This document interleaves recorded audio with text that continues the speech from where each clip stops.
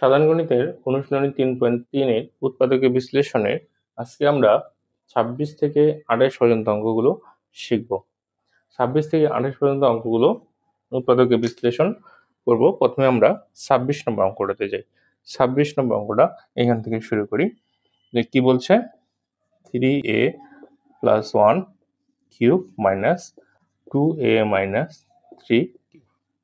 এই অঙ্কটা শুরুতেই দেখি যে এখানে আমাদের সূত্র রেডি করে দেওয়া আছে, অর্থাৎ a cube minus b cube ফরম্যাটে দেওয়াই আছে। তাহলে এইটাকে আমরা ধরবো a আর এটাকে আমরা ধরবো b। তাহলে কি সূত্র পড়লো? a cube minus b cube. a cube minus b কিউবের সূত্র কি? a মানে এটা সম্পূর্ণটা a মাইনাস b, b বলতে এটা পুরোটা। তাহলে এটাকে আমরা a বিবেচনা করলাম, এটাকে b। তাহলে সূত্র পড়লো a মাইনাস b। তারপরে a স্কোয়ার, a স্কোয়ার বলতে 3a প্লাস 1, অর্থাৎ এটা a square plus ab, ab বলতে 3a প্লাস 1 2a মাইনাস 3। তাহলে a square plus ab plus b square, b square বলতে 2a মাইনাস 3 স্কোয়ার। এই হলো মোটামুটি আমাদের সূত্রে ফলানো হয়ে গেল a cube minus b cube, a minus b into a square plus ab plus b square. এখন শুধু আমরা সমাধান করব, অর্থাৎ ক্যালকুলেশনটা করতে পারলেই হয়ে গেল। এখানে কি হবে? 3a প্লাস 1, এটা এখানে গুণ করে দিই মাইনাসটা, তাহলে হচ্ছে মাইনাস 2a প্লাস 3। এবার আমরা এটা সূত্রে দিয়ে দিই, এটা সূত্র। তাহলে কি সূত্র হবে? এটা সেকেন্ড ব্র্যাকেট ইউজ করি যে a plus b whole square সূত্র। তার মানে হচ্ছে a square plus 2ab plus b square. এটা হলো এটুকু সূত্র পড়লাম। এখন আমরা এই দুইটাকে গুণ করে দিই। এই দুইটা রাশি গুণ অবস্থায় আছে, তাহলে রাশি দুটাকে গুণ করে দিই। প্রথমে 3 দিয়ে এটাকে গুণ করি, 3 দিয়ে এটাকে গুণ করলে 6a স্কোয়ার, আবার 3 দিয়ে এটাকে গুণ করলে মাইনাস 9a, 1 দিয়ে এটাকে করলে প্লাস 2a, আবার 1 দিয়ে মাইনাস 3। এবার মিলাই নিই, 3 দিয়ে এটাকে গুণ করলাম 6a স্কোয়ার, 3 দিয়ে এটাকে গুণ করলাম মাইনাস 9a, 1 দিয়ে 2a কে গুণ করলাম, তাহলে এখানে হবে প্লাস 2a, আবার 1 দিয়ে মাইনাস কে করলাম মাইনাস 3a। এবার এই অংশটুকুকে আমরা সূত্র ফেলাবো a মাইনাস b হোল স্কোয়ারে। তাহলে a minus b whole square সূত্র পড়লে এখানে কি হবে? a স্কোয়ার, অর্থাৎ 2a স্কোয়ার প্লাস, সরি যেহেতু মাইনাসের সূত্র, minus 2a b plus b square. অর্থাৎ এখানে এই যে সূত্রগুলো ব্যবহার করলাম, ব্যবহার করার পর এখন হিসাবটা করতে হবে। এখানে হিসাবটা একটু বড়, এই হিসাবটা করাটাই এখানে মূল কাজ। এখন আমরা হিসাবটা একটু উপরের দিকে করার চেষ্টা করি, তাহলে বুঝতে সহজ হয়। এই যতটুকু করলাম, এখানে আমরা শুধু সূত্রগুলো সঠিকভাবে ব্যবহার করছি। ব্যবহার করার পর এখন আমরা যে লাইনটা অবশিষ্ট আছে, এখানে আমরা সমাধানটা করব, অর্থাৎ হিসাবটা করব। তাহলে এইখানটার হিসাবটা এখানে লিখতেছি। তাহলে এখানে হচ্ছে 3a আর এখানে একটা আছে 2a, তাহলে থাকবে হচ্ছে শুধু a, কারণ 3a মাইনাস 2a বাদ দিলে থাকবে a। এখানে 1 প্লাস 3, তাহলে ফাইনালি এখানে পাবো আমরা 4।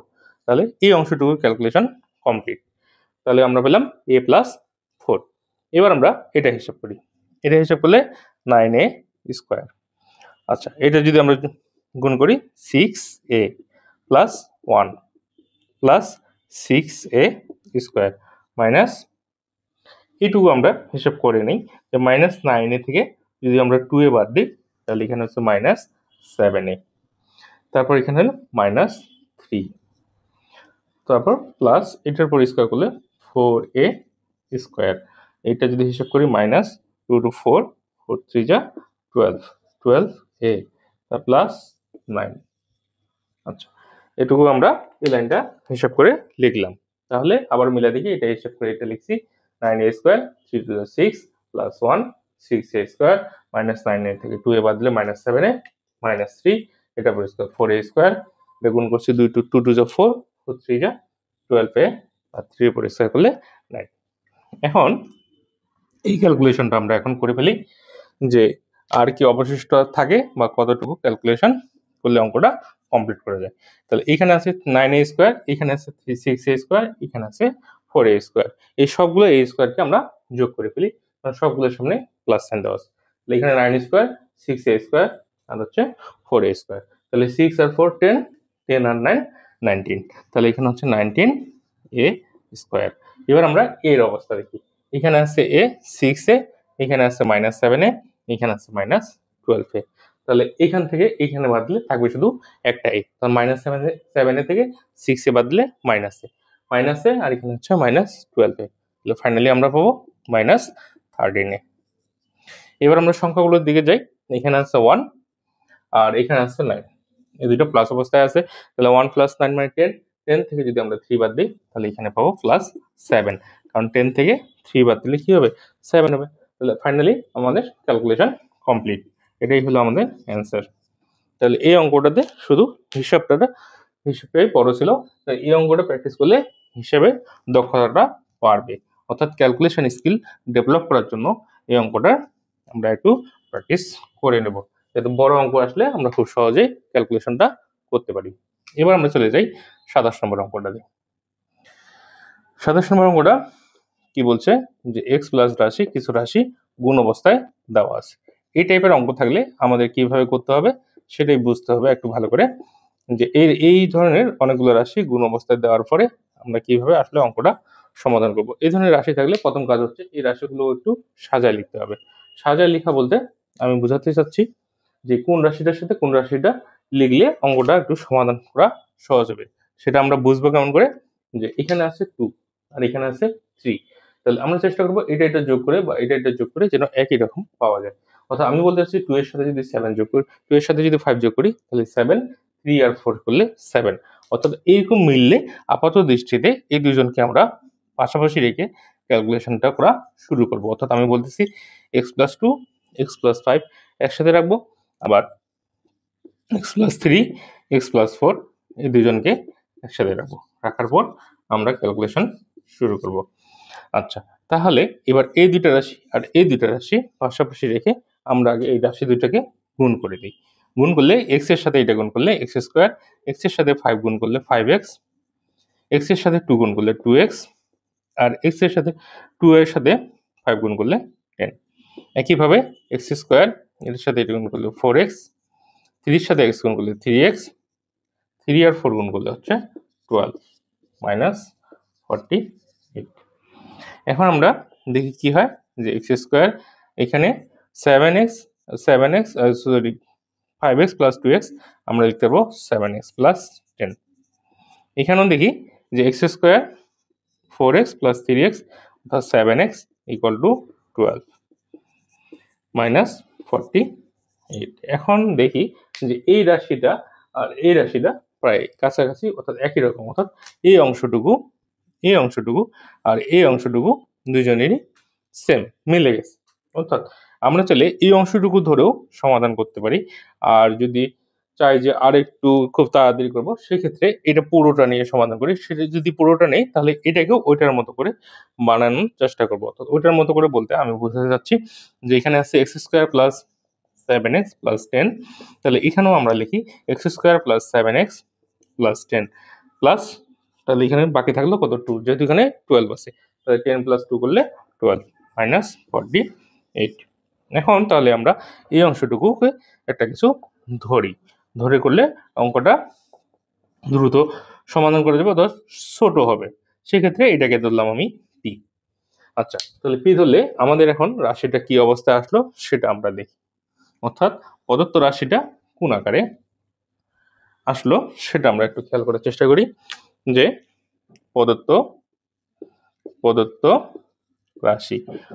রাশিটা কি হলো, যে এই যে এইটার পরিবর্তে হচ্ছে আমরা পি, তার মানে এখানে হলো পি, তারপর এখানে হলো পি প্লাস 2 -48। এখন আমরা এটাকে ক্যালকুলেশন করার চেষ্টা করি, তাহলে পি আর পি গুণ করলে পি স্কোয়ার প্লাস 2p -48। এখন আমরা কি করবো, এটাকে আমরা এখন একটু মিলটার্ম করি। মিলটার্ম বলতে 48কে ভাঙাবো, 48কে ভাঙালে কি পাওয়া যায় সেটা আমরা দেখি। যদি 48কে ভাঙাই তাহলে কি হবে, 6 আর 8 গুণ করলে 48, 6 আর 8 গুণ করে 48, 6 থেকে 8 থেকে 6 বাদ দিলে 2, তাহলে আমরা এখানে মাইনাস, এটা আমরা শিখছি, জাস্ট এখানে আর বিস্তারিত বললাম না, কিভাবে মিললাম করা হয়ে গেল। এবার আমরা এই দুজনের কাছ থেকে এখানে পি কমন নিলাম, তাহলে পি প্লাস 8 আর এখানে -6 কমন নিলাম, এখানে হলো p+8। এখন তাহলে আমাদের রাশিটা কি অবস্থায় আসলো, যে থাকলো হচ্ছে p+8, এখানে থাকবে হচ্ছে p+8, আর এখানে থাকবে হচ্ছে p-6। এখন এই যে p আছে, p এর জায়গায় এই যে আমরা ধরছিলাম রাশিটা, এই মানটা বসাই দেবো। তাহলে p এর জায়গায় যদি মানটা বসাই দিই, তাহলে এখানে পাবো x² + 7x + 10 + 8, আর এখানে p এর জায়গায় ওই মানটা বসাই দেবো। তাহলে কি হবে, x² + 7x + 10 - 6। আচ্ছা, তাহলে এখন এটাকে আরেকটু ক্যালকুলেশন করা যায়। আমরা কি করলাম, এই যে p এর মানটা ধরছিলাম, ঠিক p এর জায়গায় p এর মানগুলো বসাই দিলাম। বসাই দেওয়ার পরে এখন আমরা আরেকটু ক্যালকুলেশন করি যে প্লাস মাইনাস করা যায় কিনা। সেই ক্ষেত্রে এখানে কি হচ্ছে, যে x² + 7x + 18, আর এখানে হবে x² + 7x, 10 থেকে 6 বাদ দিলে +4। এই হলো আমাদের অঙ্কটার অ্যান্সার। তাদের রাশিটা কোন অবস্থায় চলে আসলো, উৎপাদকের বিশ্লেষণটা কমপ্লিট। ঠিক একইভাবে একই নিয়মে আমরা 28 নম্বরটা সমাধান করার চেষ্টা করি। এই অঙ্কটা যেই নিয়মেই করলাম, ঠিক 28 নম্বর অঙ্কটাও একই নিয়মের অঙ্ক। অর্থাৎ আগে একটু এলোমেলো রাশিগুলোকে মিলে লেখার চেষ্টা করব, সাজিয়ে লেখার চেষ্টা করব, তাহলেই হয়ে যাবে। অঙ্কটা যেহেতু এখানে আসেই, তাহলে এখান থেকে আমরা অঙ্কটা সমাধান করার চেষ্টা করি। এখানেও আমরা একটু মিলানোর চেষ্টা করি, যে কোন আগেরটার মতো। যেমন এই অঙ্কটাতে কি মিলানোর চেষ্টা করছি, যে এটা যোগ করে কত হয়েছে 7, এটা যোগ করে 7। ঠিক এখানেও তাহলে আমরা দেখি যে এটার সাথে এটা যদি যোগ করি তাহলে কত হবে 8, আবার 3 এর সাথে 5 যদি যোগ করি তাহলে কত হবে 8। তার মানে আমরা এই অঙ্কে এখান থেকে যদি ক্যালকুলেশনটা শুরু করি, তাহলে এখানে আমরা কি করব, x - 1, x - 7 এই দুইজনকে পাশাপাশি রাখবো, x - 3, x - 5 এই দুইজনকে পাশাপাশি রাখবো, -65। তাহলে এখন আমরা কি করি, আগের অঙ্কটাতে কি করছিলাম, এই দুটো রাশি আর এই দুটো রাশিকে গুণ করে গুণফলটা লিখছিলাম। তাহলে এই দুটো রাশিকে যদি আমরা গুণ করি, তাহলে x দিয়ে এটাকে গুণ করলে এখানে পাবো x² - 7x, এটা দিয়ে করলে -x + 7। আবার এই দুটো রাশি যদি গুণ করি, x দিয়ে এই দুটোকে করলে x² - 5x, এটাকে করলে -3x +15 -65।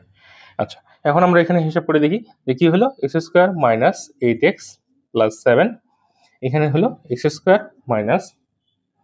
8x + 15 -65।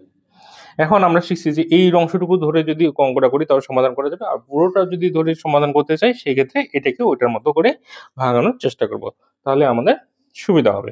অর্থাৎ আমি বলতে চাচ্ছি এই রাশিটা এরকমই থাক, x² - 8x + 7 থাক, আর এখানে লিখবো x² - 8x + 7, তাহলে 15 মেলানোর জন্য আর এখানে কত দরকার 8, তাহলে 7 + 8 মানে 15 ইকুয়াল টু, আর এখানে হলো -25। তাহলে এই রাশিটা আর এই রাশিটা যদি মিলে গেছে, তাহলে এটাকে আমরা একটা কিছু ধরি, তাহলে ধরি x² - 8x + 7, এটা ইকুয়াল টু p, এটা ইকুয়াল টু আমরা p ধরি। p ধরলে এখন আমাদের প্রদত্ত রাশিটা কি আসে সেটা আমরা ক্যালকুলেশন করি। আচ্ছা, এটুকু ইরেজ করে দিলাম। এখন আমাদের প্রদত্ত রাশিটা কি আসতেছে, যে প্রদত্ত রাশি আমরা কি ধরছিলাম, এই যে এখানে 65 ছিল, তাহলে এখানে এটাকে আমরা ধরছি p, তার মানে এখানে লিখতেছি p, তারপর এখানে লিখবো p, তারপর এটুকু p ছিল +8 -65। এখন এটাকে যদি গুণ করে দিই p² + 8p -65, তাহলে এখানে হলো p²। এখন এই 65 কে ভেঙে আমাদের কি মিলাইতে হবে, 8 মিলাইতে হবে। তো আমরা এটা সহজে বলতে পারি যে 13 আর 5 যদি গুণ করি 65, 13 থেকে 5 বাদ দিলে 8, তাহলে এখানে লিখতে পারি 13p - 5p। প্লাস লেখার কারণ হচ্ছে যে ওই সাইনটার সাথে মেলানোর জন্য। এখানে হলো 65। এখন আমরা কি করব, কমন নেব। প্রথম দুটো রাশি থেকে কি কমন নেওয়া যাবে, এই দুজনের মধ্যে কমন নেওয়া যাবে p, p কমন নিলে এখানে হবে p + 13, এই দুজনের মধ্যে কি কমন নেওয়া যাবে -5, তাহলে হবে p + 13। তো ফাইনালি এখানে আমরা কি পেলাম, p + 13, p - 5। p এর মানটা কত ধরছিলাম, এই যে মানটা ধরছি এই মানটা এখানে বসাই দেব। অর্থাৎ p এর জায়গায় কি লিখবো, x² - 8x + 7 প্লাস 13। এখানেও লিখবো x square minus 8x plus 7 minus 5। আচ্ছা, তাহলে আর একটু ক্যালকুলেশন করি। এটা পুরোটা এখানে হচ্ছে এক্স স্কোয়ার মাইনাস 8x, আচ্ছা এখানে 7 আর 13 যদি আমরা যোগ করে দিই তাহলে হচ্ছে 20। এখানে এক্স স্কোয়ার মাইনাস 8x, এটা যদি আমরা হিসাব করি তাহলে হচ্ছে প্লাস টু, অর্থাৎ প্লাস 7 থেকে মাইনাস 5 বাদ দিলে +2। তাহলে রাশিটা গুণবস্তু চলে আসছে, উৎপাদকের বিশ্লেষণটা কমপ্লিট হয়ে গেল। তাহলে আজকে আমরা 26 থেকে 27 নম্বরের যে অঙ্কগুলো শিখলাম, প্রথম অঙ্কটা শিখছিলাম ক্যালকুলেশন স্কিল ডেভেলপ করার জন্য। এটা করলে ক্যালকুলেশনটা খুব ভালোভাবে দক্ষতা আসবে। পরের অঙ্কগুলো শিখলাম যে এলোমেলো থাকলে রাশিগুলোকে মিলিয়ে নিতে হবে, একই রকম আনার চেষ্টা করব, যাতে আমরা পরবর্তীতে ওটাকে কিছু একটা ধরে মিল টার্ম করে রাশিটা সমাধান করতে পারি। আচ্ছা, আশা করি আজকের উৎপাদক বিশ্লেষণগুলো সবার খুব ভালোভাবে বোঝা গেছে। সবাইকে অসংখ্য ধন্যবাদ।